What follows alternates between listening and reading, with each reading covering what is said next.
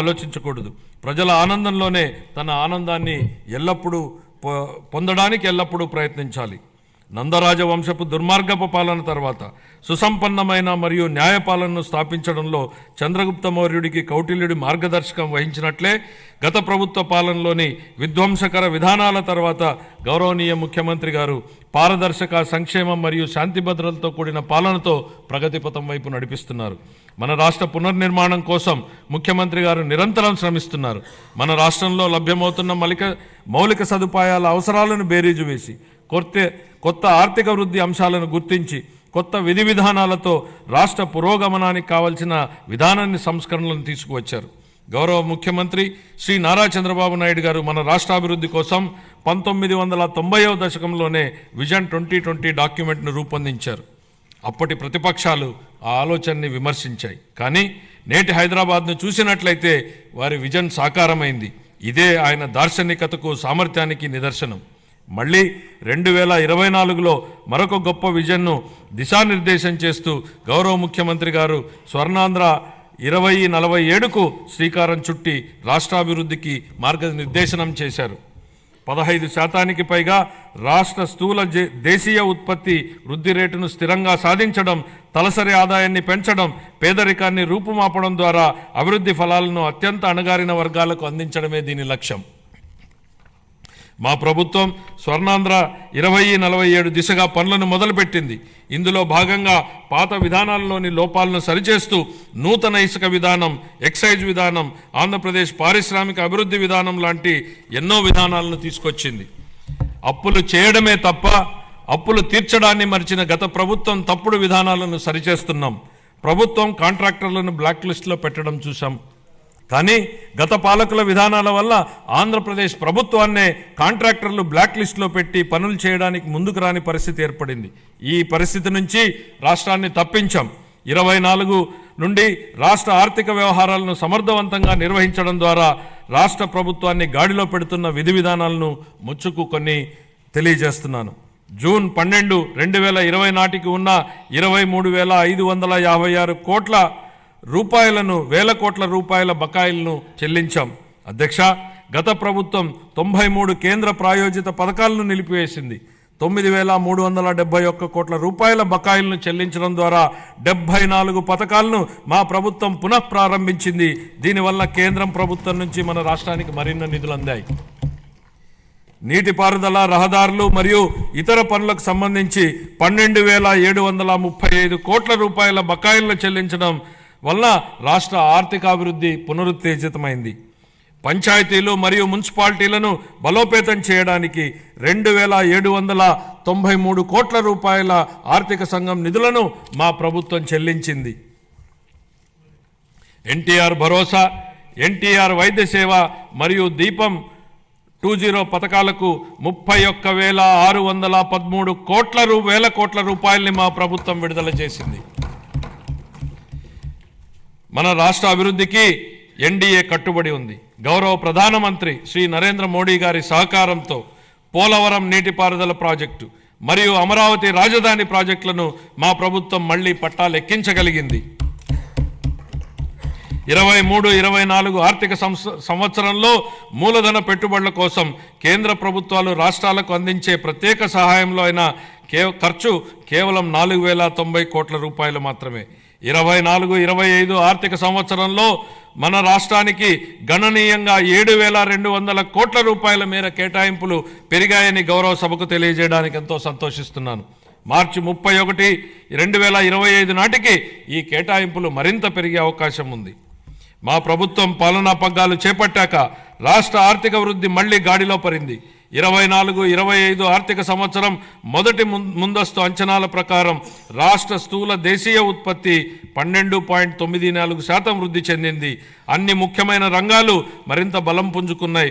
వీటిలో వ్యవసాయం మరియు అనుబంధ రంగాలు 15.86%, పరిశ్రమలు 6-7% వృద్ధిని సాధించగా సేవల రంగం 11.7% వృద్ధిని సాధించగలిగాయి.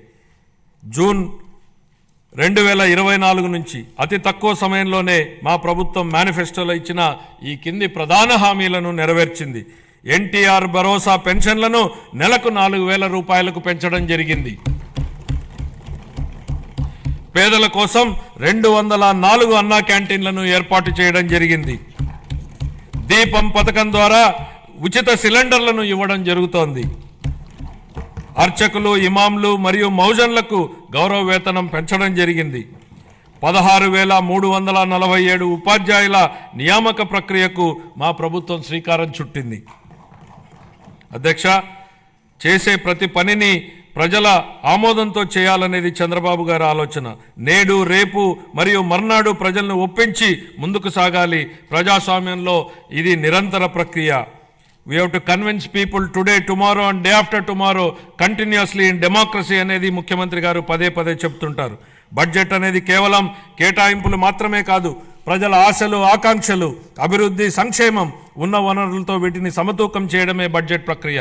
దీన్ని గత ప్రభుత్వం పూర్తిగా గాలికి వదిలేసింది. దీంతో ఆర్థిక వ్యవస్థ క్లిష్టతరంగా మారింది.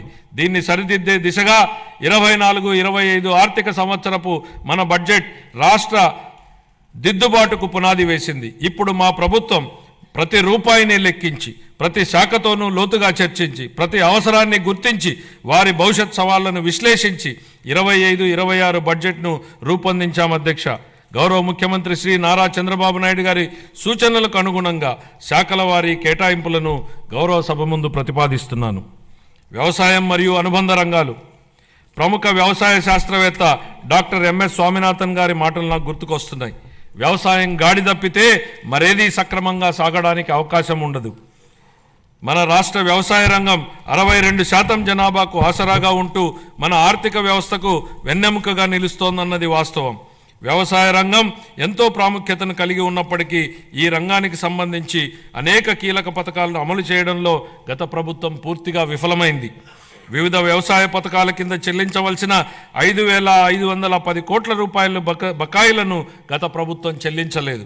వీటిలో 693 కోట్ల రూపాయల బకాయిలను మా ప్రభుత్వం చెల్లించింది.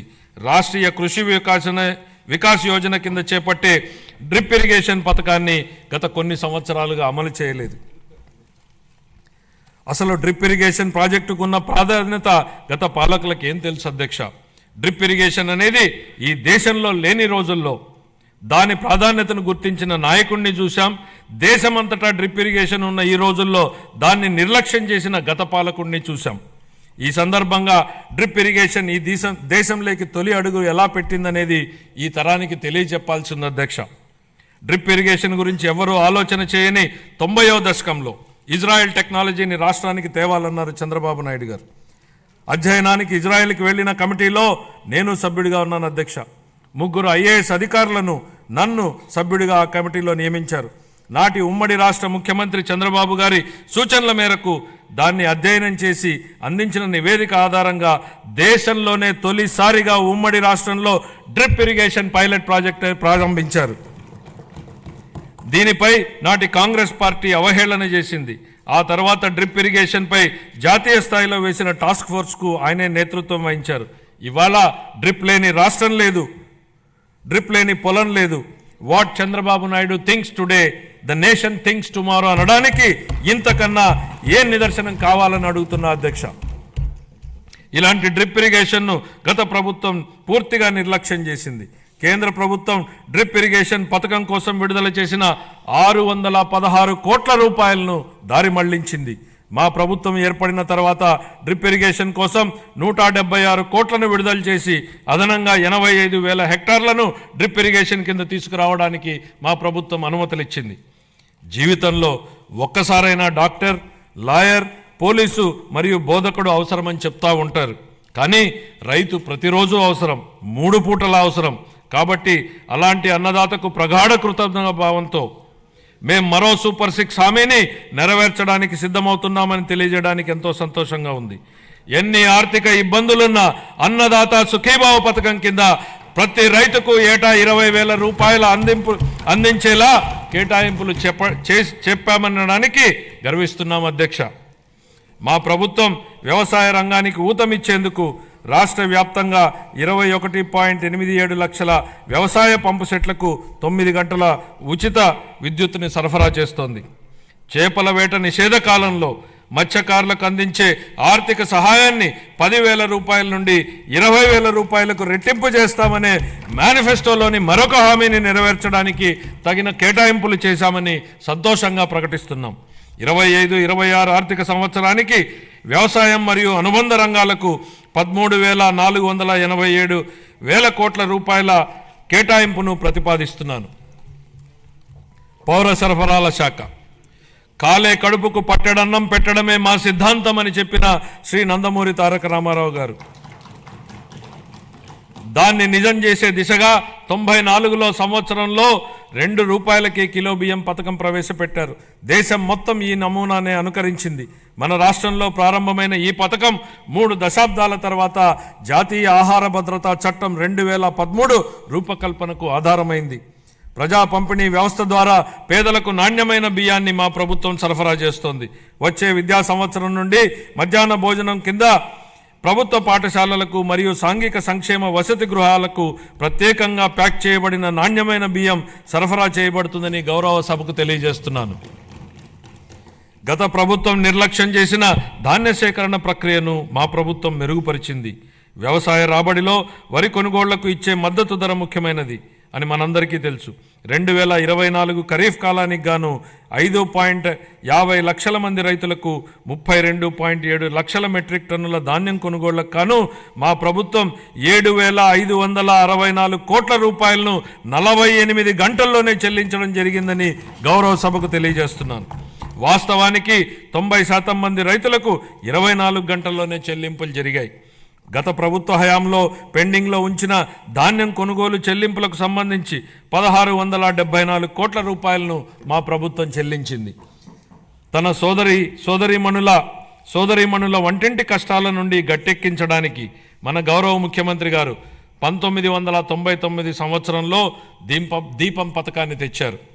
ఆ పథకం సాంప్రదాయ కట్టెల పొయ్యి వాడకం నుండి ఎల్పిజి సిలిండర్ల వాడకం వైపుకు పేద మహిళలు మారడానికి దోహదం చేసింది. మహిళలు మహారాణులు అనే విశ్వాసంతో మా ప్రభుత్వం ఆ వారసత్వాన్ని నేడు కొనసాగిస్తూ దీపం 2.0 పథకాన్ని ప్రారంభించింది. ఈ పథకం కింద 90.1 లక్షల మందికి అర్హులైన లబ్ధిదారులకు సంవత్సరానికి 3 ఎల్పిజి సిలిండర్లను మా ప్రభుత్వం ఉచితంగా అందిస్తోంది.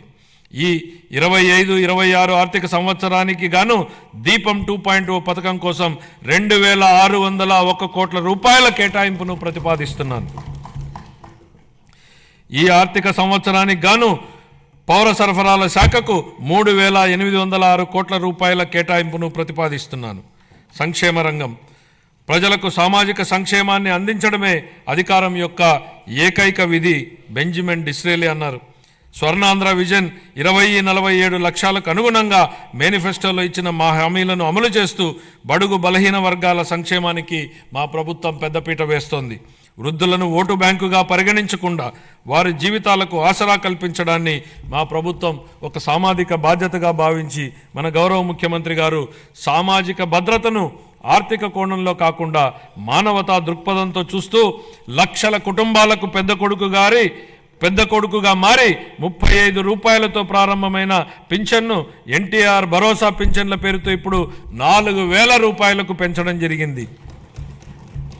దేశంలోనే అత్యధిక సామాజిక భద్రతా పెన్షన్లు ఇస్తున్న రాష్ట్రం మన రాష్ట్రమే. మేనిఫెస్టోలో ఇచ్చిన హామీ మేరకు ఎన్టీఆర్ భరోసా పథకంలో భాగంగా మా ప్రభుత్వం పెన్షన్లను వివిధ విభాగాలలో 4,000 రూపాయల నుండి 15,000 రూపాయల వరకు లబ్ధిదారులకు అందిస్తూ నిజమైన సంక్షేమానికి ఆదర్శంగా నిలుస్తోంది.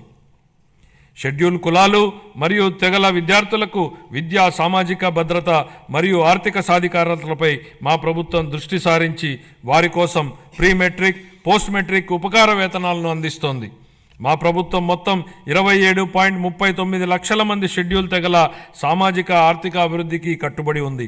దీనిలో 4.93 లక్షల మంది బలహీన గిరిజనులకు మా ప్రభుత్వం ఐటీడీఏ ప్రాంతంలోని గిరిజనుల విద్య, వైద్యం, మౌలిక సదుపాయాలు, జీవనోపాధి, నైపుణ్యాభివృద్ధి, స్వయం ఉపాధి వంటి వివిధ రంగాలలో సంక్షేమం మరియు అభివృద్ధి కార్యక్రమాలను అమలు చేయడం ద్వారా వారి ఉన్నతికి దోహదపడుతోంది. ఇమాంలు, మౌజన్లు గౌరవ వేతనంగా ఇవ్వవలసిన 90 కోట్ల రూపాయలను 1 సంవత్సరం పాటు గత ప్రభుత్వం చెల్లించలేదు. మా ప్రభుత్వం వచ్చిన తర్వాత వారికి గౌరవ వేతనాన్ని 15,000 రూపాయల చొప్పున చెల్లించాం. నిర్వీర్యమైన వక్ఫ్ బోర్డుని పునరుద్ధరించాం. మద్యం లైసెన్సుల్లో 10% కల్లు గీత కార్మికులకు కేటాయించడం జరిగింది. ధూపదీప నైవేద్యాలకు 10,000 మరియు అర్చకులకు కనీస గౌరవ వేతనాన్ని 15,000కు పెంచాం.